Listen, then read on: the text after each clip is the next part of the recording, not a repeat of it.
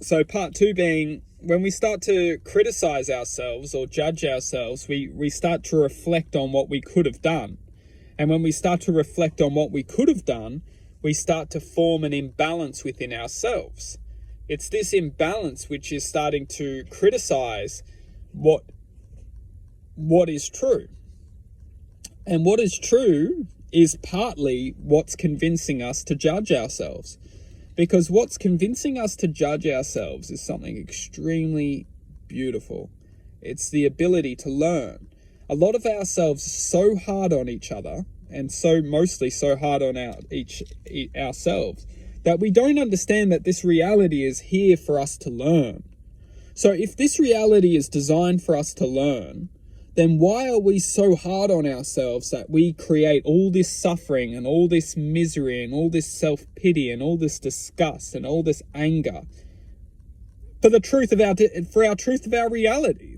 The reality of this existence is to learn, yet we're so hard on ourselves that all this vibrational density, anger, frustration, hatred, all this disgust is feeding off of our truth. And the truth is that we're here to learn.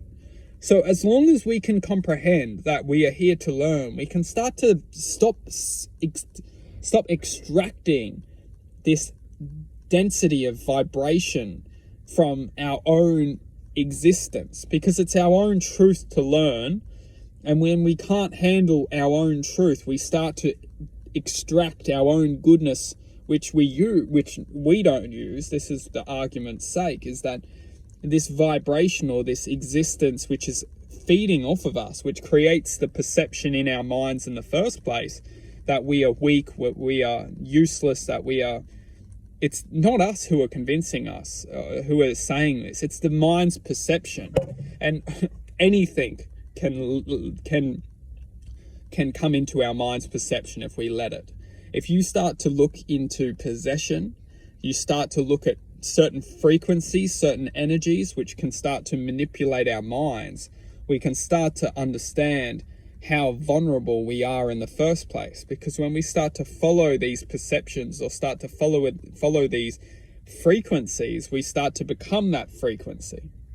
Hence, when we start to come back to our hearts, or when we start to come back to our hearts, we start to formulate and enclose within our own true nature.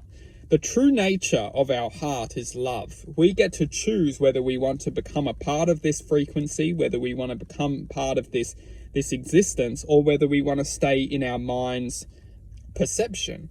Now, to become aware that the mind's perception can belong to anyone, can belong to any entity, any frequency, which is all it needs to do is resonate with a thought. And as long as that thought enters our perception, as long as we choose to grow that thought, we become that energy or that frequency which is taking form as a thought. And for any person who believes that, oh, that can't be possible because I'm the controller of this mind, I'm controller of this body. Well, you are. As long as you're controlling the heart's existence, you can form a frequency field which the heart can choose to not attach itself to any perception in existence. Any thought can just flow past the heart's field of awareness. And this is quite debatable, but as long as we are focused on our heart, we become an invincible force, because the heart's frequency can't be altered once it's truly activated. Yet the mind's perception can be, and you look at people these days and a thought comes into someone's head and then 5 seconds later it's gone again and it's focused on another thing, which isn't negative, but for many of us, we suffer from following a thought of the mind which isn't true to our nature. We are following thoughts of our minds which aren't true to our nature. We don't feel true to it. We're just following it because it's telling us to do something that will make us achieve something. Now, is it going to achieve justice and love, or is it going to achieve greed and Yeah, that's a great question to ask. We'll wrap this into a part 3.